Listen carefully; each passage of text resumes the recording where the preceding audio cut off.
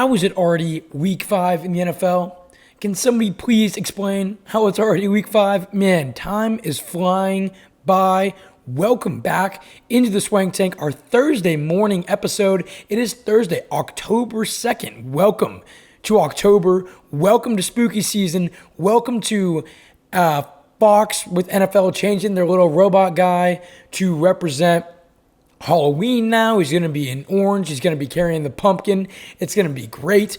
We have officially entered fall. And here in Austin, Texas, it's still 85-ish, 90. If you're up north, you're probably enjoying a little bit more of cooler weather. And I'm very jealous of you. Enjoy it. Because October weather and October football is elite. It is amazing. We have entered fall. We have entered week 5. Welcome into the show. Really appreciate you all being here as usual and as always. Make sure to go and follow all the socials at The Swank Tank everywhere. YouTube, Instagram, TikTok, wherever you want to find us. We're going to probably be there. Thank you for being here. We got a great show for you. We got a Monday Night Football review. We had a doubleheader, Dolphins, Jets, Broncos, and Bengals. We will review that quickly because we got a lot of Week 5 to get into.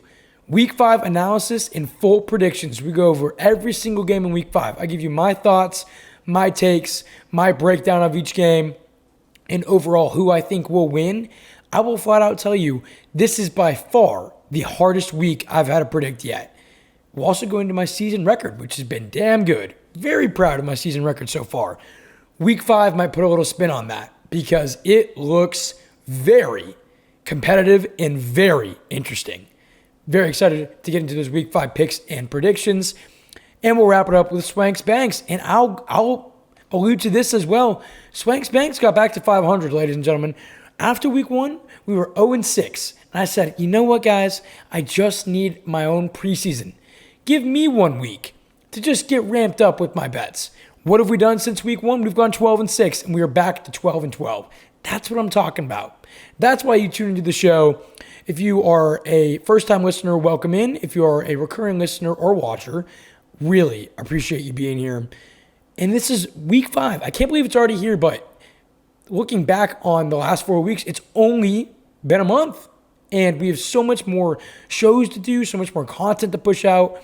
Make sure you're following along. Please subscribe on YouTube and following along on all the socials. That's where you can see all of the good clips cut up, all the good content over there. So appreciate you all being here. And without further ado, let's get straight into the Monday Night Football review. We're going to start here with Dolphins and Jets. By the way, if you are watching on YouTube or even watching on Spotify, I'm repping my brand new Texans hat I got for my birthday. Absolutely love it. Had to come on this episode wearing it and rocking it. Big game for my boys this week. Season has looked over. It's a chance it's not over yet. Talk about the Texans much later in the show. Big game against Baltimore, but go check out this hat. I mean, it is my new favorite hat. I love it. It's amazing. Kind of a retro Houston Texans hat. It's amazing. Let's get straight into it here. Dolphins defeat the Jets 27-21 on Monday Night Football.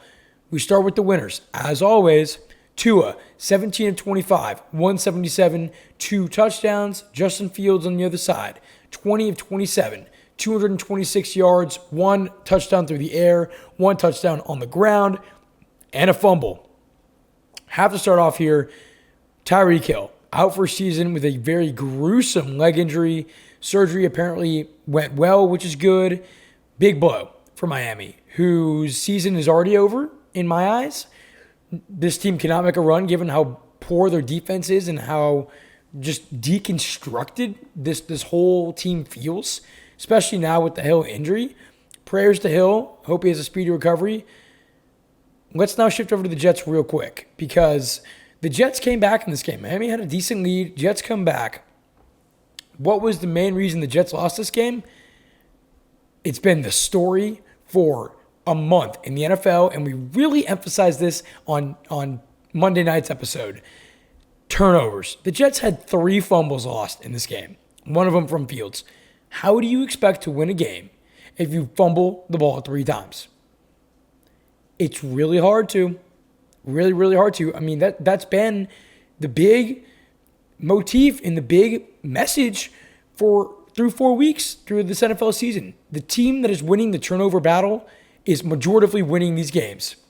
Pretty simple formula when you boil it down to that. Don't turn the ball over. And if you do, don't turn the ball over that much. 3 fumbles is unacceptable, completely. A-Chain, 99 yards and a tutty in this game. Dolphins were showing some flashes in the first half of the old Dolphins. Tua was popping balls behind him in jet sweeps. Hill was involved early before he got sadly injured. They had a little bit of their swagger. A-Chain was getting some good touches, and you kind of felt a little bit of a vibe, a little bit of momentum that was lacking from the Miami Dolphins through the first 3 weeks. It was good. It was good to see. They had some electric plays, some trickery. Then the injury happened, and it kind of stalled out. Darren Waller, though, 2 touchdowns on the night. Welcome back, Darren Waller, the rapper. Gotta love that meme. Waller, 2 touchdowns. And look, I don't want to get too much further into this game because, 1, it's in the past, and 2, it was against 2 0-3 teams. But every game matters. So I'll finish with this. The Jets season is over. They're 0-4. And Aaron Glenn was pissed off on Monday. Validly so. After the loss. I mean, I did not expect much from the Jets this year. I still obviously do not. I did expect them to look slightly... At this point, I wouldn't have guessed the Jets to be 0-4. That's what I'm going to say. I would expect them to at least have 1 win. Given that, I mean, they do have talent on the roster. Breece Hall and Garrett Wilson and McDonald on defense and Sauce Gardner. Right? There are pieces there. Aaron Glenn's pissed off, and rightfully so. And so they're just playing uncomplimentary football, and they're turning the ball over, and it's just sloppy. So they moved to 0-4. Good win for the Dolphins. Sad Tyreek's hurt. They moved to 1-3. Let's see if the Jets can get their first win of the season this week against the Dallas Cowboys. More to come on that. Shifting gears here to the other Monday Night Football game. Broncos defeat the Bengals 28-3. And I knew this coming. Everybody saw this coming. I knew this was coming. I said last week in predicting this game, this was the game the Bengals go in, get smoked, and fully realize that Jake Browning cannot be the quarterback of this team moving forward. I said that. They got blown out, and that has been realized, and it maybe was realized even before this game, Jake Browning cannot be the quarterback moving forward. He's still here. He's still the Bengals QB1. Let's start with the winners. Bo Nix, 29-42, 326 yards, 2 touchdowns through the air, 1 rushing touchdown, interception. His best game of the year. Jake Browning, 14-25, 125 yards. That's it. There's no more stat line to read. No tutties, no picks, no nothing. 14-25 for 125. That's it. The Bengals didn't turn the ball over, and they had 159 total yards of offense. 159 total yards of offense. There have been several teams who have put that up in the first quarter this year, multiple times. It's completely unacceptable. And it really is pretty wild to watch a complete implosion of an offense that was supposed to be top 5 with Joe Burrow. And I understand Joe Burrow's injured. He's not there. He's a top 5 quarterback when healthy. He's an MVP candidate. He's a game changer. He's a leader. He is the franchise for the Bengals. But what you did in the offseason was to prevent this implosion from happening if a Burrow injury was to come. Right? You sign Chase and you sign Higgins to these massive deals. Yes, expecting Burrow to be healthy, but also you understand the dynamic and playmaking ability of these two guys to where you can kind of put in anybody and you can still put together an offense and win games. It won't be nearly as productive and as clean as a Joe Burrow-led offense, but damn, you can still score some points and push the ball. This offense is not doing that, and it is so clear and evident to anybody who is watching these games. I mean, 159 yards of total offense is completely unacceptable. Broncos had 512 yards of offense compared to the 159 of the Bengals. The Bengals, 9 first downs compared to how many from Denver? 29. 29 first downs compared to 9 first downs. 20 more first downs converted by the Denver Broncos than the Bengals. I mean, what the hell? These stats are just wild. longest drive for the Bengals night was 12 plays long. It was their opening drive. They go down and get a field goal. They look to be relatively competent. Okay, stringing together some first downs, moving the ball, field goal, great to open the game. That's great, good. Then their second longest drive was 6 plays. 6. Like, it can't be any worse than this. They have hit rock bottom as an offense. Chase Brown hasn't been getting going all year, and it's a continuous loop with this team. Jake Browning isn't able to really throw the ball. Why? The offensive line hasn't been really able to hold up. You look at the run game. The run game can't get going. Why? Because the offensive line hasn't really been able to hold up. Well, are they stacking the box? Yeah, they are. Why are they stacking the box? Because Jake Browning's proving that he can't throw the ball. Why can't he throw the ball? Because the offensive line's not good. Why are they stacking the box? Right? It's that offensive loop of you can't throw it, so they stack, which means you can't run. You got no run game. It's just an implosion on itself. Credit to Denver. The defense is flying around. Top 5 defense this season, in my eyes, led by Nick Bonito, led by Pat Surtain. They look good. They looked really good this game. This is the Broncos defense we've been expecting to see, and they look damn good. Flying all over. Played fantastic. I mean, obviously, holding any team in the NFL to 3 points is amazing. Credit to them. Credit to Sean Payton coming out looking fired up, getting every big piece involved. Dobbins. I still wish they would use Ingram better and more, but they got Troutman. But Dobbins involved. Mims involved. Sutton. Very slept on wide receiver in the NFL, in my opinion. Very much involved. Bo Nix with his legs. Credit to Denver. They look really good. Great win for them at home. Much needed win for them. And now they go and travel to Philly. What a great game that's going to be. And we're going to break that down here soon. But that's your quick Monday Night Football recap. It wasn't too eventful per se.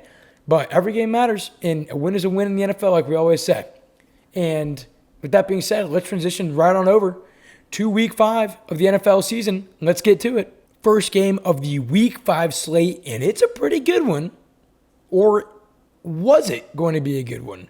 49ers, who are 3-1, at the Rams, who are also 3-1. Here's my deal. This is a blowout spot. And I wrote that 2 days ago when I was doing some show prep. This is a blowout spot. I like the Rams really big here. Purdy is out. Jennings is out. Pearsall is out. Kittle's still out. I mean, there was nobody left on the offense. Literally nobody besides Christian McCaffrey. He might touch the ball 40 times. I don't know what else the 49ers can do. He's going to have to touch the ball 40 times. I think the 49ers, even if they had Purdy or another piece with Pearsall, are out of gas right now. You saw that a little bit against Jacksonville. And they've been scrapping together wins. But my God, I mean, it's just sad they can't stay healthy whatsoever. And it's been the story of the past several seasons for the Niners. And they're sitting at 3-1, which is great, but they literally are missing everybody on the offensive side of the ball and Bosa on the defensive side of the ball, besides McCaffrey. And as much as I love McCaffrey, and as damn good as a player as he is, the Rams are way too talented. So, ladies and gentlemen, straight up, this is a blowout spot.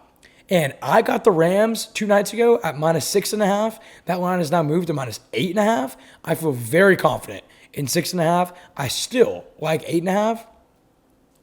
This is a blowout spot. And the Niners can always remain competitive with anybody, even with 100 injuries.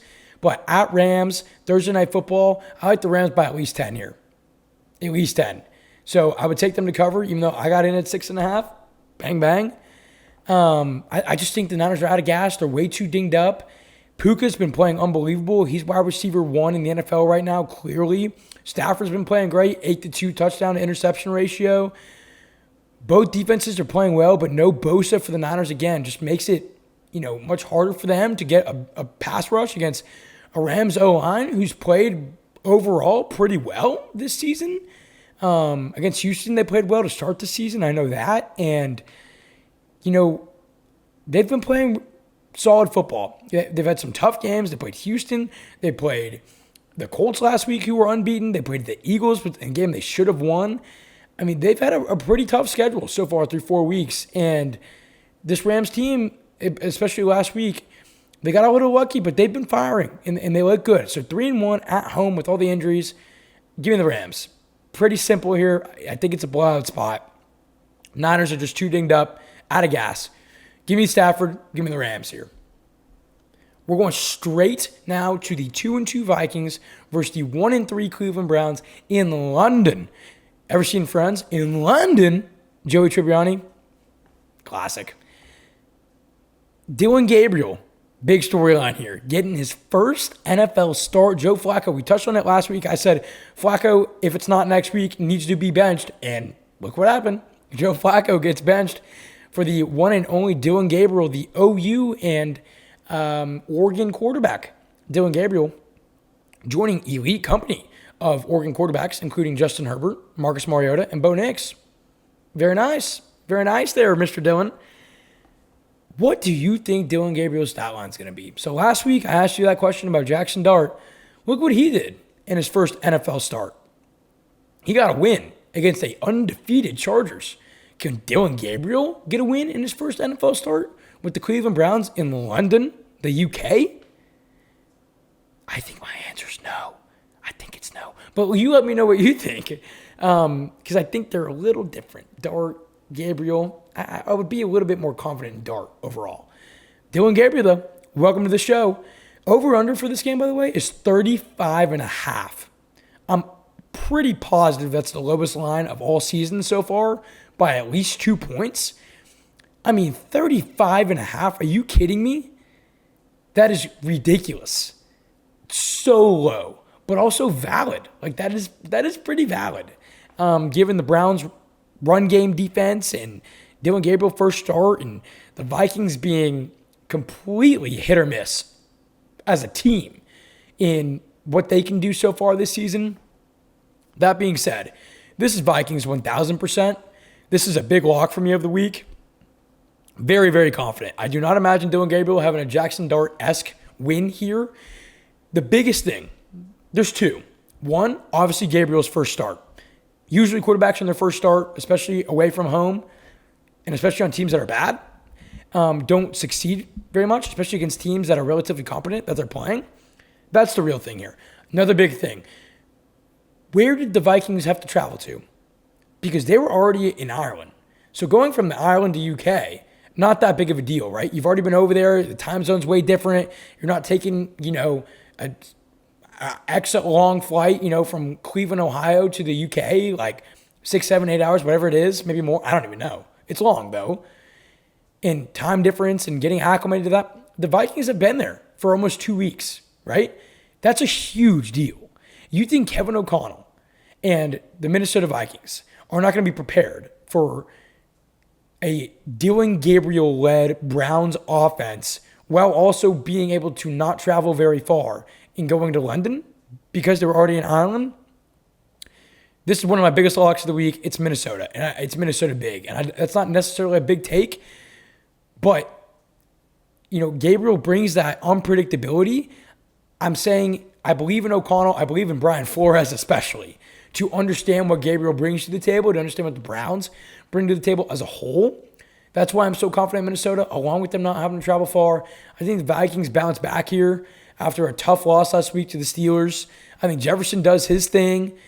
You saw what Amon-Ra was able to do last week against the Browns. I like Jefferson in the spot to do a relatively similar thing, given that the Browns' run defense is so strong. So Wentz is going to have to win this game through the air. I think he can. I think he will. And I think the Vikings defense shows up in a big way. So I like Wentz to play well. Just hit Jettas 12 times. You'll win this game. Addison's back, which is nice for them. And again, they're not traveling too far compared to last week. Minnesota here is a lock. I like them a lot this week. Moving on to the noon slate. The 1-3 Raiders traveling to the now 3-1 Indianapolis Colts. And this is a very big spot for both of these teams needing to bounce back. The Raiders last week, Genty, crazy big game, finally seeing what he can really do, even though his offensive line is absolutely trash, and Geno Smith's seemingly throwing 2 or 3 interceptions a game. This is a big bounce back spot for them. The Colts, on the flip side, really let a game get away from them last week. They should honestly be 4-0, A.D. Mitchell, don't fumble that ball. Daniel Jones, don't throw a pick to start and end the game. They kind of blew it. And it was the Rams' valid win and a deserving win. But also the Colts kind of blew it. So they're looking to bounce back. Colts defense has been turnover machines up until last week. And I think that unit gets their swagger back here a bit. You're playing a Raiders team, especially in Geno Smith, that through 4 weeks has turned the ball over a lot.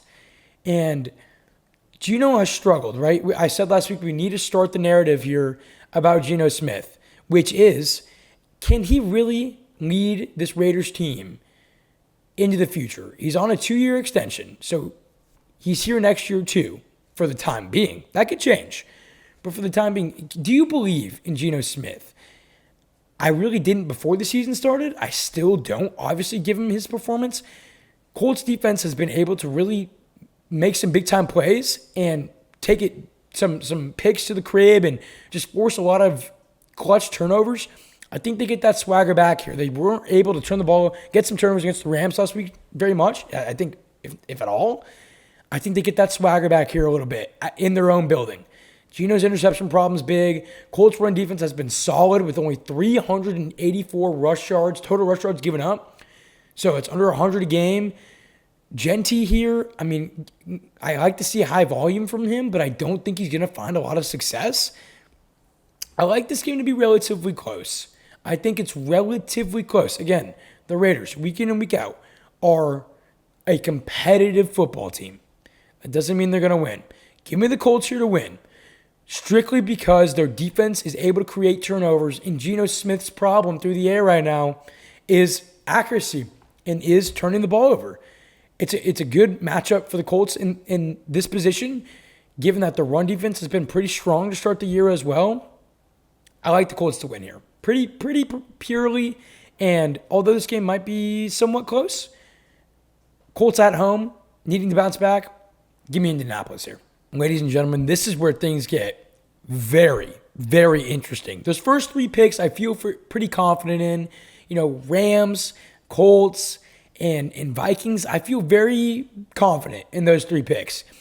This noon slate, the rest of it, a lot of these games are almost coin flips. They're close lines. They got kind of trash versus trash and then solid versus solid teams. You got 0-4 versus 1-3 matchups. You got 1-3 versus 1-3 matchups. Then you got matchups that are, 3-1 versus 4-0. And you got 2-2 solid teams versus 4-0. It's a very tough and interesting noon slate to predict. And it really starts here. Giants 1-3 at Saints 0-4. Yikes. My first word here is yikes. Very interesting game here. Can this be flexed to Tuesday morning at 4 in the morning? Can we make that happen, NFL? I'm kind of kidding because I actually want to see Jackson Dart play. He's exciting to watch. And he's now this face of this New York Giant team. Him and Cam Scatabo, the Step Brothers. Have you seen the Step Brothers meme of them? In the sweaters being photoshopped to that? Pretty awesome. But they were exciting to watch last week. They're going to be exciting to watch week in, week out, even without Malik Neighbors. Speedy recovery to him. Terrible that he got injured and is out for the season.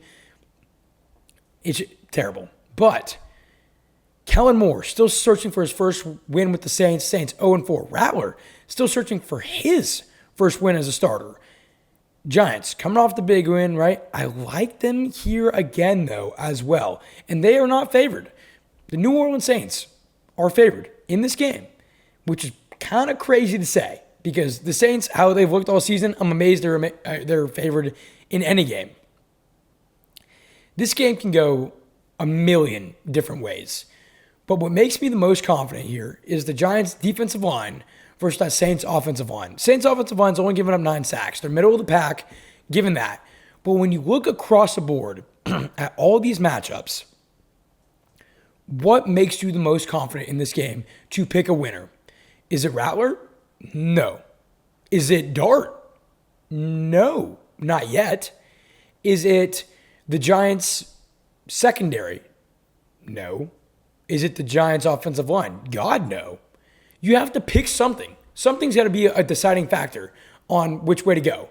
And to me, it's the Giants' defensive line, which was able to play solid and provide a good amount of pressure on Herbert, who had 2 picks last week against them, against that Saints offensive line. That's the only thing here that I can really pinpoint that I think is a favorable side for either team. So I like the Giants D-line here versus the Saints O-line, and that's really it. There's not a lot of great about either of these. There's not even a lot of good about these two teams, which makes this a competitive and close game. Give me Dabble. Give me the Giants to move to 2-3. An upset. It is indeed an upset at the moment. The Saints, who are minus 1.5 right now, the Saints could 100% win this game. They could. Just there's nothing about them that makes me overall confident to pick them. This is the NFL. They're favored for a reason. They're in their own building. They're searching for their first win. They could come out hungry, 1,000%, and win this game. Absolutely. Which makes me not confident in this pick. Yet, having to pick a winner, I trust the Giants' defensive line more than any other unit on that field. Give me the Giants. Give me Dart to move to 2-3. Next game up. My God, they get more and more interesting as we go down this slate. The 1-2-1 Dallas Cowboys traveling to the New York Jets, who are 0-4. What a interesting game. And typically there wouldn't be many eyes on this game, but since it's Dallas and coming off that 40-point tie to Green Bay, and since it's the Jets, another big market team who have yet to win a game, a lot of eyes will be on this game. And sweet Lord, what a game this is going to be.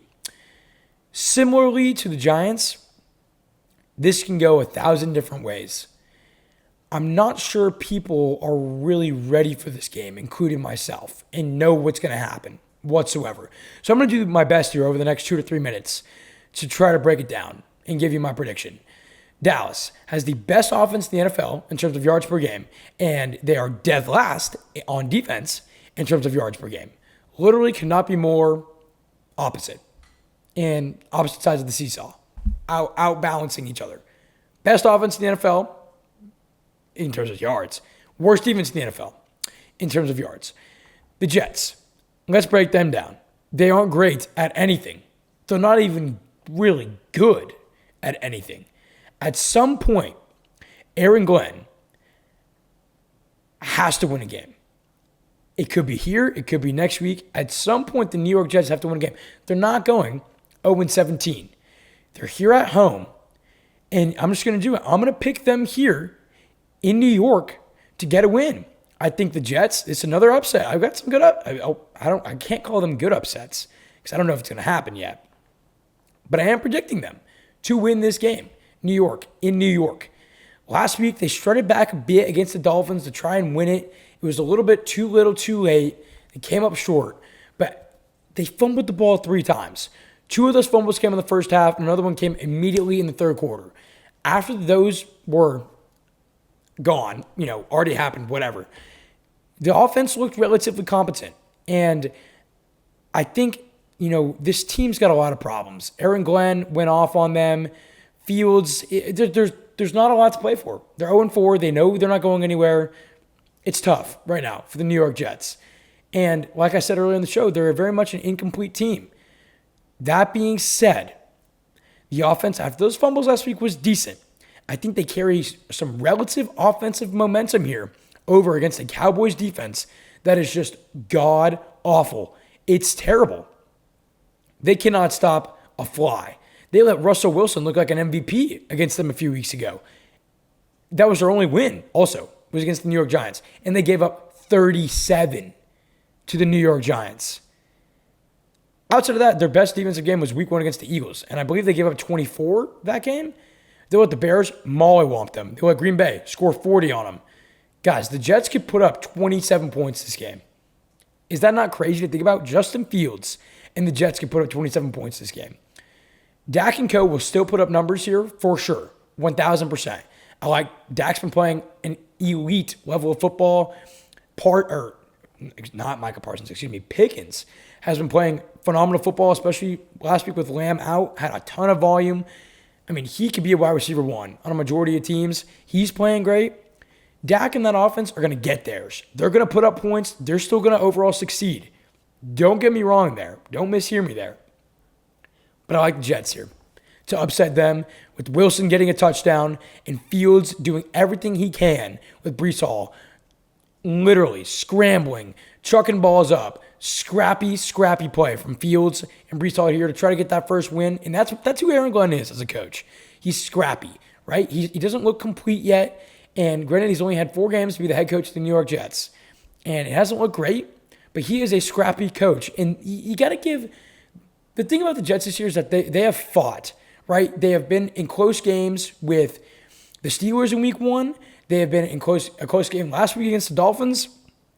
They have been in close games this year, relatively speaking.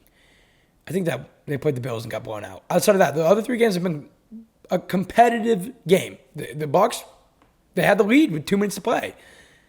I like them here to beat Dallas, and Dallas will get their own on offense.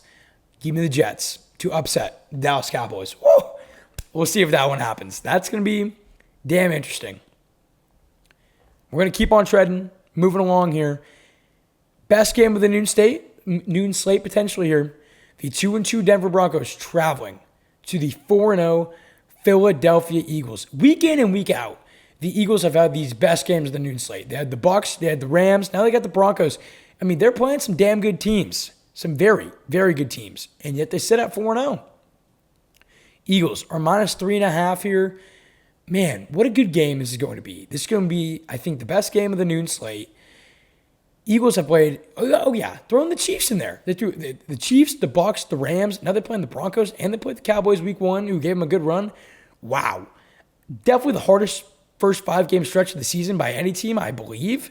Maybe the Ravens can outshine that, but solid and tough start for the Eagles, who sit at 4-0, though. Denver. What is Denver's biggest weakness this season? It's offensive inconsistency. And last week, it really looked like they got some of this kinks out. They looked a little slow to start the year, inconsistent, right? 1 week defense played great, 1 week offense played great. And they really seemed to figure some things out against a lackluster and relatively pathetic Bengals defense. That's what you need. You need that game where you figure things out, things click. That was Denver's click game last week, winning 28-3 against the Bengals. Nick's played great. He got everybody involved. He used his legs, and they found stride against the Bengals in both running and passing overall. Defense played absolutely phenomenal. The Broncos looked great last week. I can't say enough great things. That being said, yeah. They played, the Bengals, whose offense couldn't score on a middle school team at the moment. But you got to give credit to the Broncos. They looked very complete, and I think they have some momentum coming into Philly. Eagles continue to find a way to win regardless of lack of offensive production. Saquon Barkley has yet to even sniff his production from last season in terms of yards. Yeah, he found the end zone last game. He's averaging, I believe, less than 3 yards a carry. Could be mistaken there, but it's something around there. Hurts through the air. I mean, guys, this offense, I believe, is second to last in the NFL in passing yards per game. It's unacceptable from Jalen Hurts and the Philadelphia Eagles. They're way too talented. Smith, Brown, Barkley, Goddard. Hurts needs to be playing better through the air, and yet they're 4-0. So it's hard for me to come up here and say that. But he needs to be able to throw the ball this game, or they're going to be in trouble. Broncos are 5th in rushing yards in the NFL for the Broncos offensively. And the Eagles give up a solid amount of rush yards. That's a big thing to know here. The Broncos, let me repeat, are 5th in the NFL in rush yards with Dobbins and with Bo Nix. The Eagles have given up a solid amount of rush yards this season. That's something to note here. Can the Eagles' defensive front, which is usually very solid, obviously led by Jalen Carter and other keys over there, that defensive front has been giving up some yards. And the Broncos have been running the ball very efficiently and effectively through the first 4 weeks. It's something to note here. Goddard for the Eagles did not practice on Wednesday. Got to keep an eye on him. That'd be a big loss if he was not able to suit up. He had 2 touchdowns against the Bucs. Here's my pick. Give me Denver. We are just on a streak of upsets right now. Give me Denver. to go into Philadelphia and give them their first loss of the season. That's my biggest upset of the week. I like Denver in this spot. I think their offensive production from last week carries over. Their defense played really solid. They just have momentum. And I think they're going to shock the world here in Philadelphia. I really do. I think they're only 3.5-point dogs. But it would be a huge upset. It's a lot like my Rams pick from 2 weeks ago, and the Rams should have gotten it done. Give me the Broncos here to shock the world and get it done. Knicks and Dolphins are going to run around. They need to play clean and maximize drives and tick the clock. Long, monotonous, and clean football on the offensive side of the ball. I just like their momentum. I like how their defense is playing. The Eagles, by the way, are on a 12-game home win streak, including the playoffs, which is their longest in 76 years. And I'm taking Bo Nix, Sean Payton, and the Denver Broncos to go in there and beat them at their own home. Give me Denver.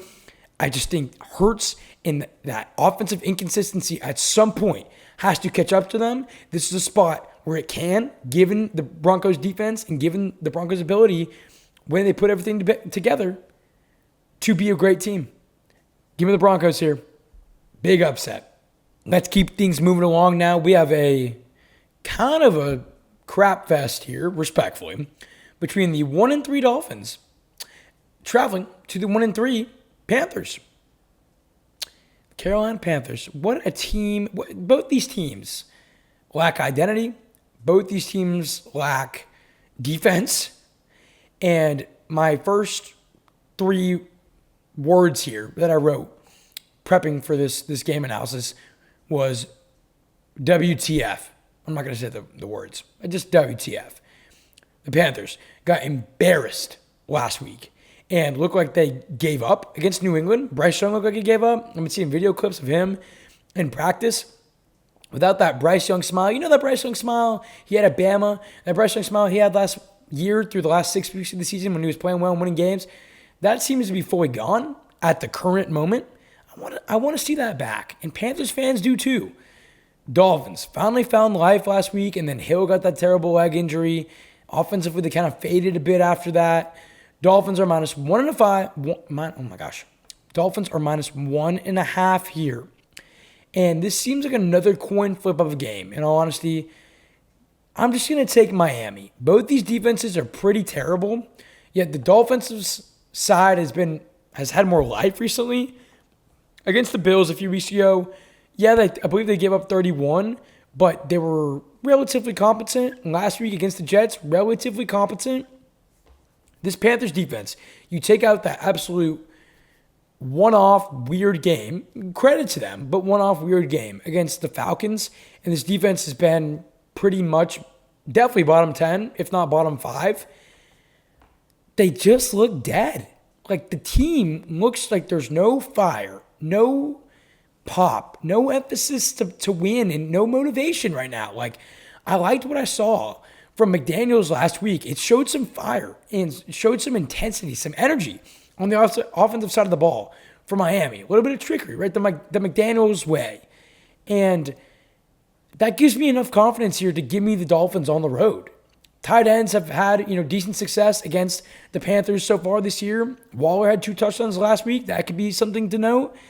So I like Waller. Give me A-Chain to get a lot of volume here. Tyreek Hill goes down. A-Chain, you already know, is used pretty strongly in the passing game. A-Chain will probably be picked by me in DFS for this week. I like him to get a lot of touches, a lot of volume. Waddle could be a good play. He goes up against J.C. Horn, who's a solid CB, though.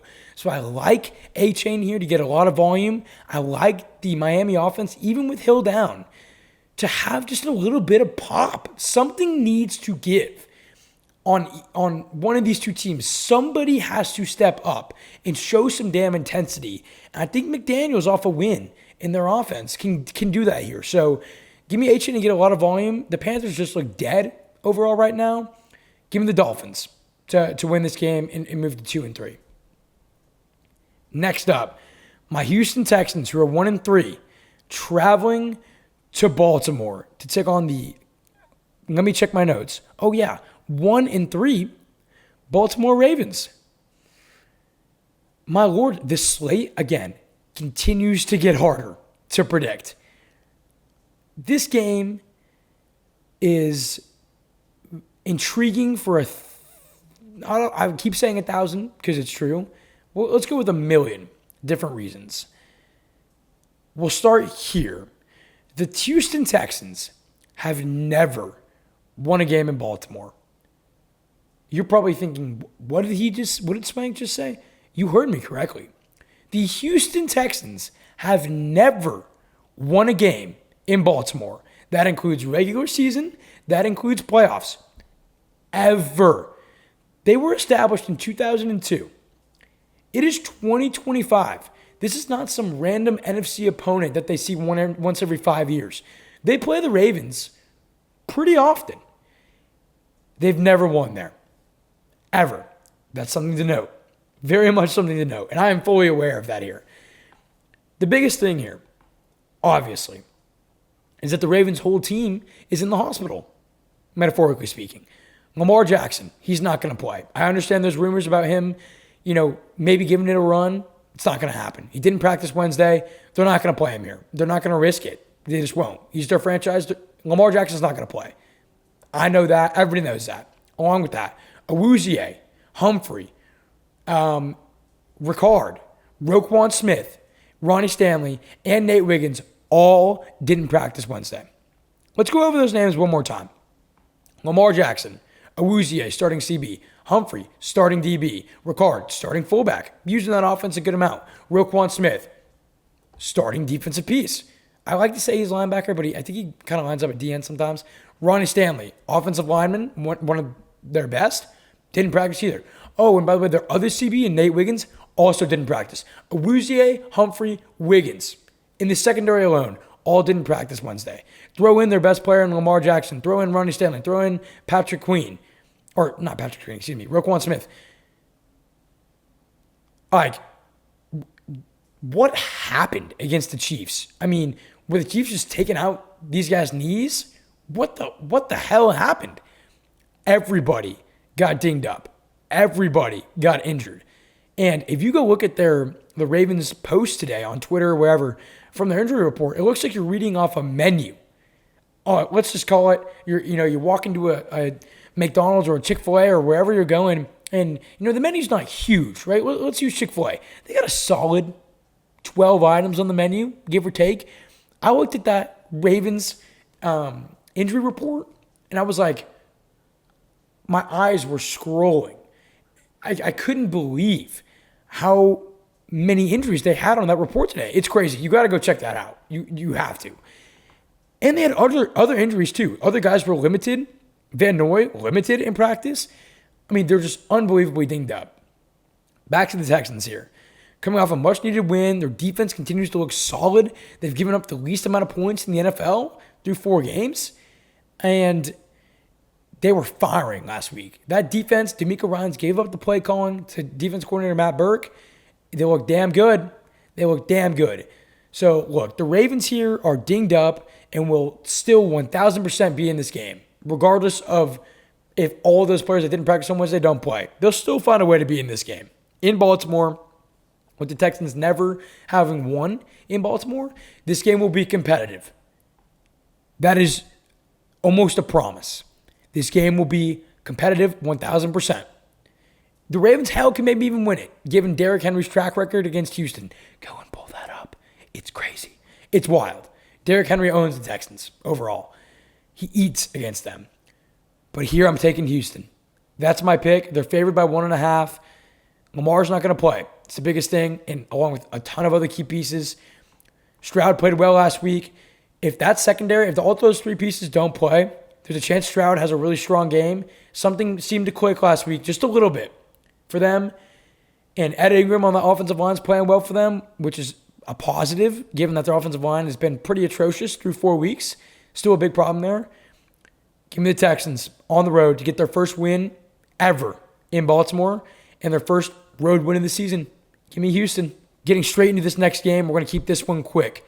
Titans, 0-4, traveling to the 2-2 Arizona Cardinals.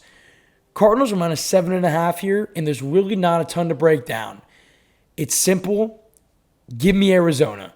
I mean, you just cannot pick the Tennessee Titans right now to win a game, given how they've been playing.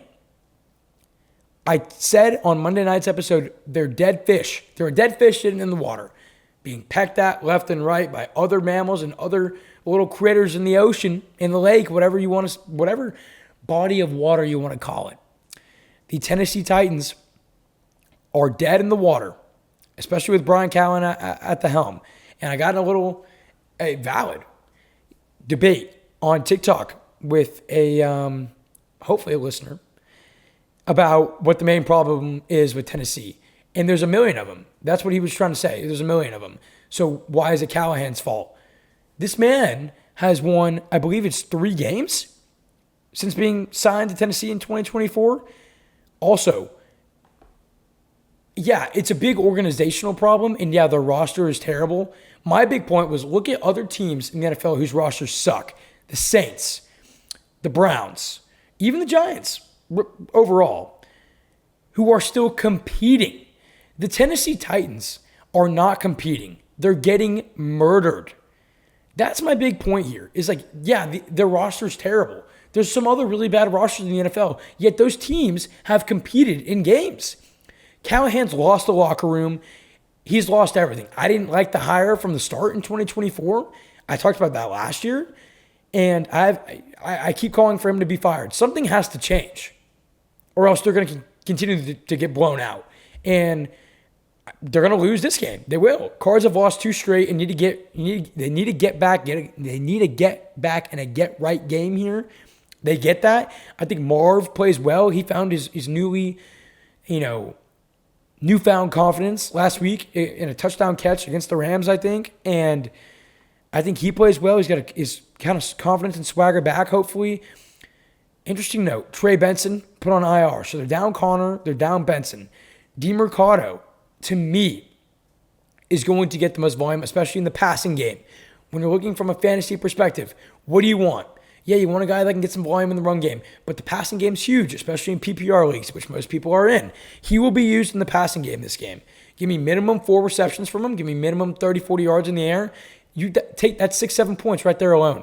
Give him 40, 50 yards on the ground. That's 10, 11 points fantasy-wise. And we've hit bye weeks. I'll take 11 points from DeMercado if I'm starting him in fantasy. Maybe he'll find some pay dirt. Yeah, Michael Carter's going to be in the mix for some touches. I get that. I like DeMercado, given his pass game ability, to get some good volume here. So I like the Cardinals. I hate the Titans. Cardinals are going to get the dub here, and running backs against Tennessee have been eating recently. Jonathan Taylor, 8 up. Woody Marks, 8 up. It's a good spot for the Cardinals backfield. It's a little bit of a confusing, muddy backfield, but it's one that should succeed nonetheless. You just can't pick Tennessee right now. Give me the Cardinals here to win this game, to move to 3-2, and give me the Titans to remain winless. Plain and simple. We move along. Another very, very solid game here. I believe this is a 3 o'clock slate, just like the Titans game was. Yeah, definitely. 3 o'clock slate game here. The 3-1 Tampa Bay Buccaneers traveling to the 3-1 Seattle Seahawks. Great game. My opinion, best game of the 3 o'clock slate. Commanders Chargers is another very solid one, but Bucs Seahawks here it's got the vibe, it's got the energy. Seahawks are minus 3.5 in this game, which is very interesting. Big note here. Bucky Irving, out. Sprained foot, was in a walking boot on Wednesday, and on some crutches. Nothing too serious. I think he'll be out this game, be out next week, and be back that next game. Out 2 weeks is my opinion, maybe 3. No Mike Evans yet as well. Hamstring injury. He hasn't been practicing. You look at the Buccaneers now. They're down Bucky Irving. They're down Mike Evans. And last week, they tried to scrap back. It was too little too late against the Eagles. And, God, this is such a hard game to break down. This is tough. I just think the Buccaneers may be too injured in this game to win it. I think they keep this competitive. But along with those other 2 injuries, Jamel Dean also didn't practice Wednesday, along with a few other key pieces. They're injured. They've been scrapping back. And I think they're a little tired here. This is a spot I think the Buccaneers come out a little flat. Just a bit. Seahawks defense has been playing overall really well. Sam Darnold's been playing clean football.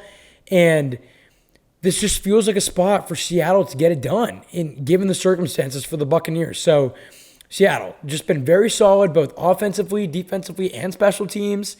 The Bucs keep trying to fight back and claw their way back in these games. And as these injuries keep piling up, it's hard. It's hard to do. It's hard to continue to compete at a high level like that. And this team's great. Like, the Buccaneers are a very solid football team with a lot of promise, and they're going to win the NFC South and maybe make some noise in the playoffs. But in Week 5 against Seattle on the road, 3 o'clock, with the way Seattle's been playing as a unit, as a whole team, they've been very consistent and very, very clean overall. Great win last week against the Cardinals, right? I think the Bucs come out a little flat and just have a little bit of a little less gas in the tank than what you're used to seeing. Seattle also got that secondary help back against the Cardinals. That's big. Give me Seattle here. And I got to take Seattle. That's just kind of my final answer here. And it's going to have to be from Darnold, though. That's going to be, the ending note here. Bucs defense in the run game only giving up 2.9 yards per carry this season. One of the best rushing defenses in the NFL. The Tampa Bay Buccaneers, not a lot of people, I think, recognize that. 85 rush yards per game, 2.9 rush yards per carry allowed. They've been great.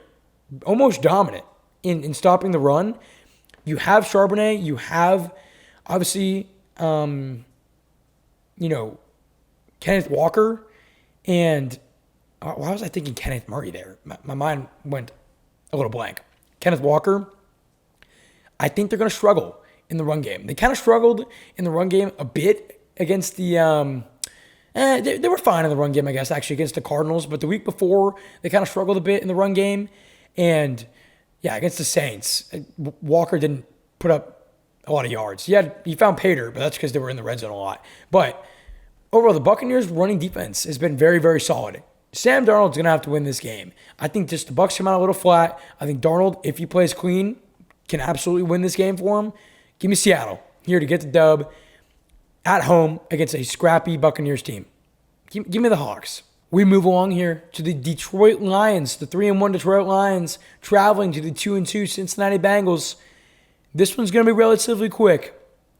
Have the Bengals made a quarterback change yet? I'll give you 2 seconds to think about it. Psych, I'm not going to even let you think about it. No, they haven't. So what's the answer? Lions. The Detroit Lions are winning this football game. I don't care which way you spin this. You want to spin it as a trap game? Sure, go ahead. Oh, Bengals could bounce back? No. Spin this game however you want. The Detroit Lions come out on top. The Bengals offense is worst in the NFL in yards per game.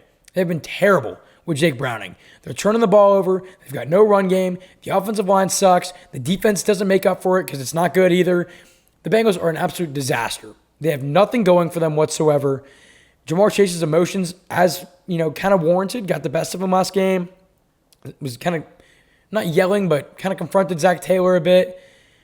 Again, continuous loop here with the Bengals that I mentioned earlier. When the offensive line can't really do their job, you got no run game. You got no run game. You can. It's just right. It's continuous. I'm not going to repeat myself from earlier. It's a continuous loop of disaster right now for the Cincinnati Bengals, and the Lions are second in the NFL in sacks and have the 4th best turnover ratio as well. So when you look at the Bengals, what have they been doing? Turning the ball over a lot. The Lions, what have they been creating? A good amount of turnovers, and themselves have not been turning the ball over a lot. Lions top 5 in sacks. Bengals offensive line, not very strong. Expect Hutchinson to get home. Expect the Lions to create at least 2 turnovers in this game. DJ Reed for them, kind of a big loss at corner, is put on IR. Regardless, I like Detroit here. Minus 10.5 might be a little much. Given they're on the road, it's just a hard line to take in the NFL. I maybe could dance with 9.5. 10.5 makes things much more difficult. So I'm not going to touch that. What I am absolutely bought in on is Lions money line. Simple. Don't overthink it. Detroit wins this game. Plain and simple. We move along. The 2-2 Commanders travel to LA. to take on the 3-1 Los Angeles Chargers. One of the best games of the slate, right here. 3 o'clock, maybe 3:30. DC, the Commanders, flying across the country to take on LA and LA. Jane Daniels is back. Herbert and company coming off a very tough loss in New York. Great game here. And this seems to have Commanders written all over it. Seems to have Commanders written all over it. That's the vibe I'm getting. Chargers are now missing Slater and Joe Alt. Huge blow. Alt, I believe, has a high ankle sprain. Pretty decent ankle sprain. Tough for them. He'll be out at least another week or two, in my opinion. Commanders, though. Debo didn't practice Wednesday. McLaurin didn't practice Wednesday. Mike Stanistrell didn't practice Wednesday. Huge pieces for them. Also, potentially not going to suit up for Sunday. Something to note.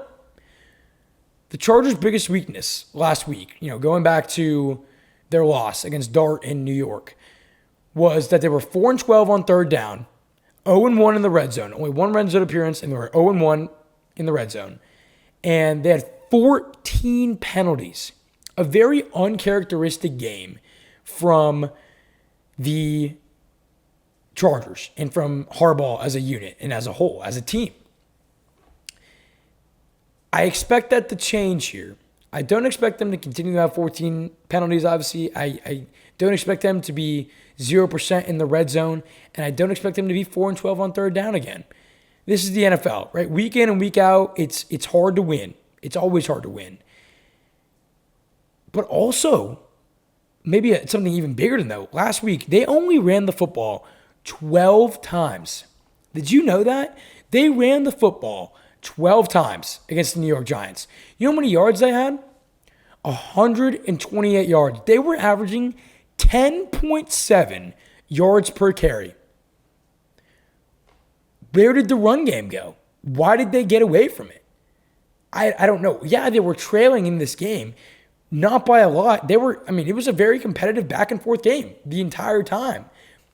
Hampton had all 12 carries for 128 yards. 10.7 yards per carry. Or is that 12.8? Maybe I'm slow at math. It's, whatever. The run game was inexistent. That was very uncharacteristic Chargers football. Bad, 0 for 1 in the red zone, penalties, turnovers, couldn't get the run game going. It's uncharacteristic. It was very uncharacteristic. The Chargers need to establish the run here, but is it harder now? With all out and with Slater obviously out for season, will they be able to do that against the Commanders front? Maybe so. Maybe so. And this is such a hard game to predict because I'll be honest with you, I have written down in front of me that the Commanders win this game. I have in front of me that the Commanders win this game. Am I going to do a flip? So far, I'm 1-0 on the season, I believe, in flipping a pick while live and while recording. And am I going to do it here? I am not. I'm not. And I might regret that. This is a complete coin flip for me. I'm going to take the Commanders here. I'm going to stick with my pick, stick with my gut to upset the Chargers because I know that Daniels is more than healthy and more than ready to get out there. He could have played last week. They were, I think, smart in not letting him play. Make sure he's 110% healthy. He is here. He's going to be amped up and ready to go. I expect Debo to play. McLaurin still may be out. Give me Daniels to find some magic and find a way here just to get it done. I like the upset, and, their offense has been playing well, even without Daniels. Give me Daniels to pick up where Mariota left off, and give me the Commanders here to upset the Chargers. This is a complete coin flip. I have no confidence in this pick whatsoever. It's going to be a great football game. Give me the Commanders. That's all I got here. Give me the Commanders. We'll see. 2 games left here. We move into Sunday night football. The 2-2 Patriots taking on the undefeated 4-0 Buffalo Bills. This should be a good one. This is a great Sunday night football game. And people are saying that New England is going to shock the world here. I'm going to be flat out honest. I disagree.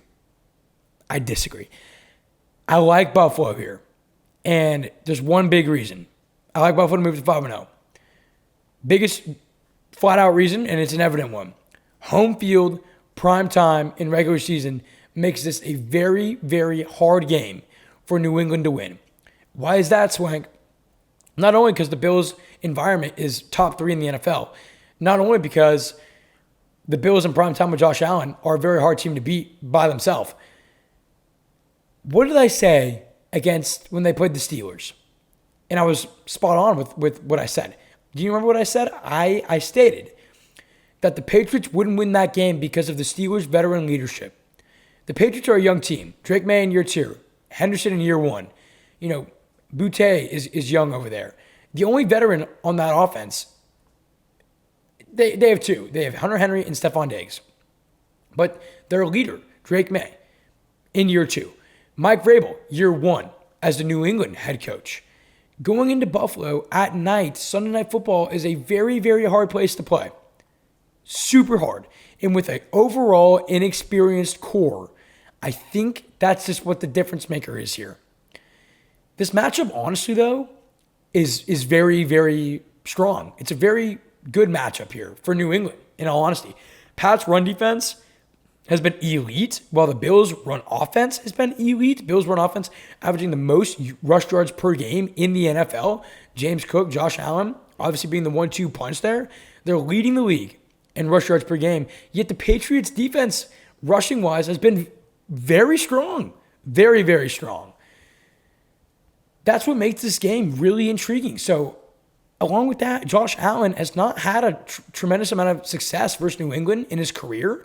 I believe he's 7-6 against New England in his career, something like that. Overall, I think this game is pretty well balanced, and it's got solid competition, an AFC East battle. I think New England hangs around, but the youngness and the overall still inexperience of that Patriots shows when needed. Give me the Bills at home.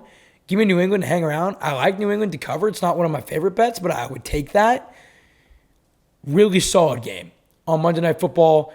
Strong Patriots run defense against a really wicked Bills rush offense is the big thing here. One of them has to give. I like the Bills just to get it done. I like a money line. I like the Patriots to maybe cover. Great game here on Sunday Night Football. Overall, all-encompassing. But the Bills win. We move to our last game of the slate, Monday Night Football. The 2-2 Chiefs traveling to the 3-1 Jacksonville Jaguars. Great primetime games this week. Good Thursday night. Pretty good Thursday night. Solid Sunday night. Solid Monday night. I mean, we got some good games. And before the season, you may have thought that these weren't great, but week 5, things change real fast in the NFL. Great Monday Night Football game here. Chiefs are minus 3.5 for a reason, though, in my opinion. I like Kansas City. Just straight off the bat, I'm going to give it to you. I like Kansas City to win this one, and it's because they have their swagger back. Last week, absolutely dominated, basically from start to finish, against their AFC rival in the Baltimore Ravens. Their defense played great, were able to get to Lamar, applied a ton of pressure, shut down Derrick Henry for the most part, and last week's win was exactly what they needed. By the way, let me tack on, Mahomes in Monday Night Football is 9-3 in his career. He lives for prime time. He lives for these games. He lives for these moments. And on the road, just to me, the Chiefs found their swagger back. Worthy's healthy, and how they played last week, it's tough. It would be tough for me to fade them here. That being said, a big reason if you were to fade them is the Jaguars' defense. Jaguars' defense has been flying around this season. And they lead the league by, I think, 5 turnover differential. I believe they have a 9 turnover differential. They've created 13 turnovers this season. People, we've played 4 football games. They have created 13 turnovers. That's more than 3 a game on average. Turnovers. 3.25 turnovers per game. Look at that quick math. The Jaguars' defense has been flying around. And they're creating plays when needed, helping out that offense when needed. Yet, Chiefs have only turned the ball over 1 time this season. Look at that. That is one of the what's going to give moments of this slate. The Jacksonville Jaguars defense has created 13 turnovers. The Kansas City Chiefs offense has 1 turnover on the entire season. What gives? Which party's going to give? That's the main storyline here. Mahomes in prime time, coming off the big momentum. Yeah, the Jaguars have momentum too. Don't get me wrong. Big win in San Fran. I get it. But it's hard to fade the Chiefs here in this spot. How the Jags could win outside of them creating turnovers. But again, Chiefs one turnover hinders that. The Chiefs' run game has been inexistent. Mahomes leads the Chiefs in rushing yards, people. Open your eyes. Their quarterback, the Chiefs quarterback in 2025, Patrick frickin' Mahomes, leads the Chiefs in rushing yards. Pacheco and Hunt have played every game. It speaks levels to the Chiefs' biggest weakness this year, that their offensive line, down the stretch, the question is, can they run the ball? Right now, the answer is no. The answer is flat out no, they cannot. They still need to get that figured out. That being said, I still like them here. Given that Brian Thomas Jr. and Lawrence haven't had that game yet where they show that they trust each other, they show the chemistry, they show that, Thomas Jr. is competent and available to catch the football when needed. We haven't seen that yet. The Jaguars' passing offense has yet to prove that they can go win a football game. That is a fact. And so that being noted and given the Chiefs momentum, I just like the Chiefs here. And it's because I can't see the Jaguars' offense through the air being able to win them a football game at the moment. That's what makes me least confident in them. And I just got to take the Chiefs. Give me Kansas City here, relatively solid. Mahomes and company get it done on Monday Night Football. Time to wrap things up now for this episode. Appreciate you tuning in as always. We got Swank's Banks to round things off. Season record. We're back to 500, ladies and gentlemen. That is what I'm talking about. We started 0-6. We moved to 12-12. We were 5-1 last week. Bang. We're back to 500. Right where we want to be. Just kidding. We'd obviously like to be 24-0. But we're back. Back to 500. Back to even. You love to see it. You love to see it. My first bet of the week. Again, I pick 6 every week to give you. My first lock. Vikings money line. Against Cleveland. Touched on it a bunch earlier in the show. Over there in London. Give me Vikings money line. That one's simple. Number 2. Jets money line. Upset here against Dallas. Not uber confident in it, but I do like it.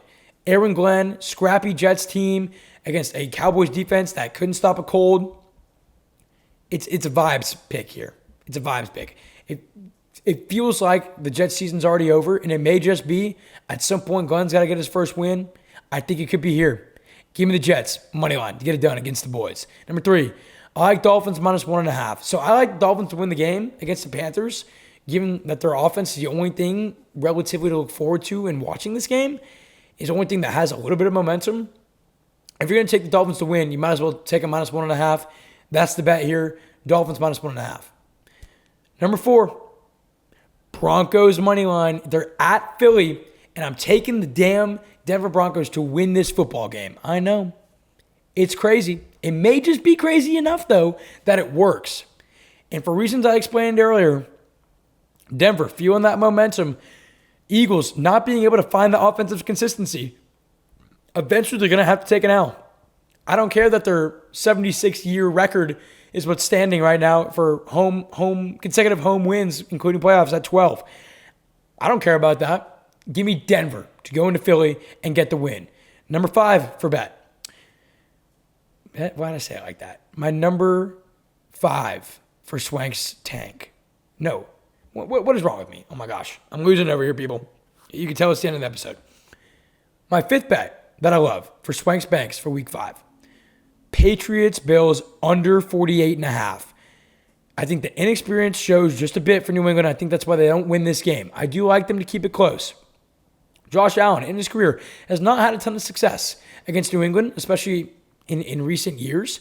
And I think with the Patriots' run defense being as strong as it is, going up against that strong Bills offensive run game, I think it's a little bit of heads colliding here.